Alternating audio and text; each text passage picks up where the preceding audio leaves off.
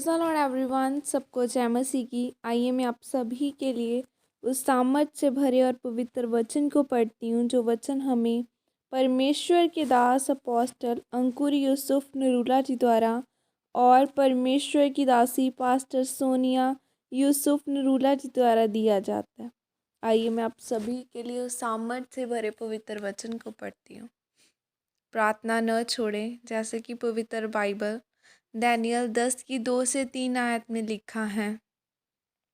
उन दिनों में दानियल 3 सप्ताह तक शोक करता रहा। उन 3 सप्ताहों के पूरे होने तक मैंने न तो स्वादिष्ट भोजन किया और न मांस या दाख मधु अपने मुंह में रखा और न अपनी देह में कुछ भी तेल लगाया। आमीन। मेरे प्रियो, बाइबल में लिखा है कि हमारा युद्ध किसी इंसान के साथ नहीं, बल्कि उस शैतान के साथ है जो दिखता नहीं है, जिसका दफ्तर आसमान में है। बाइबल में लिखा है कि परमेश्वर के सारे आत्मिक हथियार बांध लो, ताकि तुम बुरे दिनों में सब कुछ सह कर भी खड़े रह सको और शैतान के उन जलते हुए तीरों को बुझा सको जो तुम्हारी ओर आएंगे। बाइबल में जब हम दानियल की किताब को पढ़ते हैं तो लिखा है कि जब दानियल शोक कर रहा था तो परमेश्वर की आत्मा ने उसके मन में डाला कि तू 3 सप्ताह तक न तो कुछ खाएगा, न तो कुछ पिएगा, न तू दाख मधु पिएगा, न तू अपनी देह पर तेल लगाएगा। बाइबल में लिखा है पवित्र आत्मा ने उसकी अगुवाई की कि वो परमेश्वर के सामने एक वाचा की प्रार्थना में जाए। और जब दानियल 21 दिनों की प्रार्थना में गया तो लिखा है कि एक दूत उसके पास आया और उसने कहा कि दानियल, जब तू पहले दिन ही प्रार्थना करने को बैठा, जब तूने परमेश्वर की बातों को समझने के लिए अपना मन लगाया था कि परमेश्वर की मेरे जीवन में क्या इच्छा है, तो परमेश्वर ने तभी मुझे तेरी प्रार्थना का उत्तर देकर भेज दिया था। बाइबल में लिखा है कि परमेश्वर ने उसी दिन दानियल की प्रार्थना का उत्तर देकर उस दूत को भेज दिया था, लेकिन वह 21 दिन के बाद दानियल के पास पहुंचा, क्योंकि आसमान में शैतान ने उसको रोक लिया था। शैतान नहीं चाहता था कि दानियल को परमेश्वर की योजना का पता लगे और वो उस योजना को पूरी करके आशीषित हो।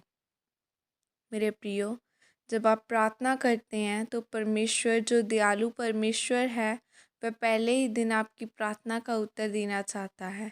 लेकिन वो शैतान जो आपके विश्वास को हिलाना चाहता है, वह आपकी प्रार्थना के उत्तर को आसमान में ही रोक लेता है। लेकिन उस प्रार्थना के उत्तर को पाने के लिए आपको दानियल की तरह निरंतर प्रार्थना में रहना पड़ता है। अगर दानियल लगातार प्रार्थना न करता तो उसकी प्रार्थना का उत्तर न आता। उसने लगातार प्रार्थना की और अपनी प्रार्थना का उत्तर पाया।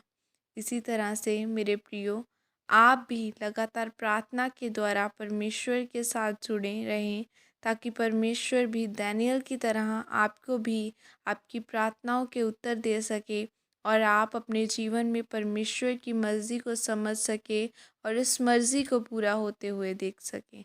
प्रभु यीशु मसीह के सामर्थ्य नाम में मांगती हूँ, आमीन। यह प्रार्थना आपके द्वारा की जाए। सर्वशक्तिमान परमेश्वर, मैं इस वचन के लिए पिता आपका धन्यवाद करती हूँ। परमेश्वर, आप मुझे अनुग्रह दीजिए ताकि मैं दानियल की तरह प्रार्थना कर सकूं और अपने जीवन में आपकी योजना को समझकर उसको पूरी कर सकूं। प्रभु यीशु मसीह के सामर्थ्य नाम में मांगती हूँ, आमीन आमीन। हालेलुया। मेरे जिंदा परमेश्वर, मैं प्रार्थना करती हूँ खुदावना, मेरे साथ जुड़ा हर एक जन आशीष को ले खुदावना। तेरी सामर्थ्य इन लोगों के जीवनों में जाए परमेश्वर। तेरा पवित्र आत्मा इनके जीवनों में जाके इन्हें आशीषित करे, इन्हें चंगा करे। हर बीमार चंगा किया जाए परमेश्वर, क्योंकि आपका वचन कहता है तू बच, तेरा घराना बचाया जाएगा। इनके साथ इनके घराने भी बचाए जाए खुदा।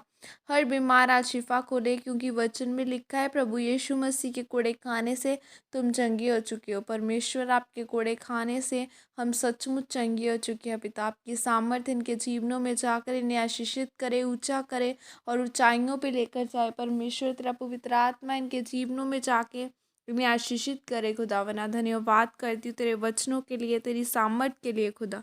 प्रभु यीशु मसीह के सामर्थ्य नाम में मांगती हूँ, आमीन। सबको जय मसीह की। God bless you all.